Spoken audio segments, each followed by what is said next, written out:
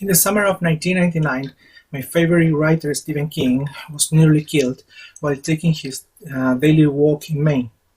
While recovering from his injuries, King worked on a book called Own Writing. In this book, King says that if you want to be a writer, you must do two things above all others: read a lot and write a lot. Sadly, writing is an activity that our students almost don't do, and we as teachers should help them develop their writing skills. Hello, my name is Julio Diaz, and I'm here to present my action research project, Improving Ninth Graders' EFL Writing Through Short Stories in Take-Home Activities. I'm going to divide this talk into 4 parts: the contextualization, which includes the context and identification of the problem, the literature review, which this project is based on, the action plan itself, and a final reflection. First, let's talk about contextualization. Because of the sanitary situation, writing has been relegated in detriment to other skills because it is a time-consuming activity. This issue has been observed in the 9th grade of Fox School in Viña del Mar, comprised of 18 female and 14 male students ages between 13 and 14. 9th graders seem to have trouble completing writing tasks due to several contextual factors. First, the shortage of time of practice in online classes. Second, the class not working beyond word or sentence level. And third, the use of an interactive book as the main tool to teach in the classroom, which presents a fine opportunity for students in the present situation, although it fails in its attempt to offer challenging activities concerning writing, since this is the least work skills with only 4 out of 36 activities in the 2 first units. To develop and carry out this intervention, several instruments were collected and analyzed. Samples of students' writing at the beginning of the semester, 7 synchronous classes were observed and documented. An online survey was answered by the students to gather information about their interest and thought about writing in English, and the interactive book that the students used was also analyzed. Considering that writing well is a complex, difficult, and time-consuming process, it becomes important to address this puzzle by taking advantage of the situation in which the students work. Hence, the question that guides this action research proposal is: to what extent does the use of short stories in take-home activities improve 9th grader writing in English? Using take-home activities would maximize the time of your study and will also move to a student-centered methodology in which the student autonomy is of considerable importance. Now let's consider the literature review that this action research is run on. The theoretical framework is divided into 3 parts. The first part review to writing as a product-oriented approach. The second part explores the use of short stories in the EFL teaching context. And the last section refers to the students' autonomous work and the use of take-home activities to help improve EFL writing. According to Hyde in 2003, several theories regarding teachers' efforts to understand LTU writing have emerged and developed since the 80s. These methodologies have been put into practice in the classroom with different results, but with one clear statement: the development of English for second language writing is a complex endeavor. Few educators follow just one orientation in the classroom. Among these approaches, 2 stand out: the process-oriented approach and the product-oriented approach. A product-oriented approach to writing emphasizes the use of linguistic knowledge such as vocabulary, syntax, and cohesive devices. Writing is seen as a product and the result of imitating and manipulating models provided by the instructor. For this proposal, I will follow product-oriented approach because it focuses on the learner's final product. Since students are not required to generate and brainstorm ideas as thoroughly as they do in process writing, they will spend more time analyzing and practicing the main features of the text genre they are supposed to write, following a model presented previously. Now let's talk about short story. As Erkaye 2005 and Partida 2011 noticed, it is not until the 80s when, instead of being used as source material to be translated, literary works are used to complement language teaching, to improve communicative competence, to reinforce skills, and to provide material for critical thinking and aesthetic appreciation. At this point, short stories have a slot in EFL teaching since they are beneficial as instructors use authentic material and they contribute to cultural enrichment, language advancement, and personal growth. Short stories are more focused than a novel and its structure and all its basic elements can be taught, plot, characters, setting, to intermediate level learners. Furthermore, these literary elements can be mixed with more complex ones such as conflict, climax, or resolution for more advanced learners. In this proposal, short stories will be used because they allow instructors to teach the 4 skills to all levels of language proficiency. Furthermore, short stories can be used to improve students' vocabulary, which can lead them to write more creatively and obtain a richer final product. Finally, since short story can cover several literary genres such as fables, jests, or rote entries, among others, students can write freely, making use of their creativity. Finally, let's talk about autonomy and take-home activities. Autonomous learning has received much attention in the past decade, as several investigations on learner and teacher beliefs regarding autonomy have generated interesting outcomes. According to this in 2011, the concept of autonomy is important in language learning as it provides the learners control over their own learning process, helps learners become aware that their own efforts are essential in their progress, and that they need to behave accordingly.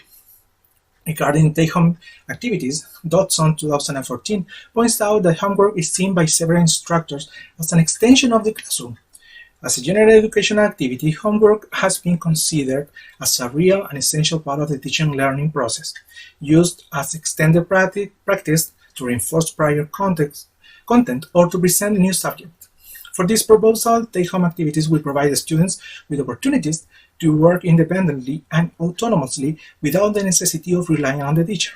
Therefore, assigning take-home activities will allow the students to explore topics and form questions privately before previous classes, especially since classroom time is limited and constrains the development of writing. Well, my next point is the action plan itself. This action plan provides a tentative solution to overcome the shortage of time to practice EFL writing in the classroom of 9th graders. It is embedded in the Unit 2 Everyday Heroes.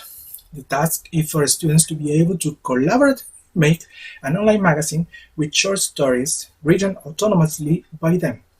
Throughout 2 lessons and 12 sessions of 14 minutes each, considered for the pedagogical sequence, students will meet different conceptual, procedural, and attitudinal objectives. The different task steps of the action plan are structured into 2 main parts. The part where students learn about grammatical structures and the structure and elements of the short story, and lesson 1, sessions 1 to 4, and the part where students do their hands-on work, lesson 2, sessions 1 to 8. Within the first lesson of the intervention, in session 1 to 4, the students will identify different types of short story, the structure of a short story, the different types of characters, and the setting.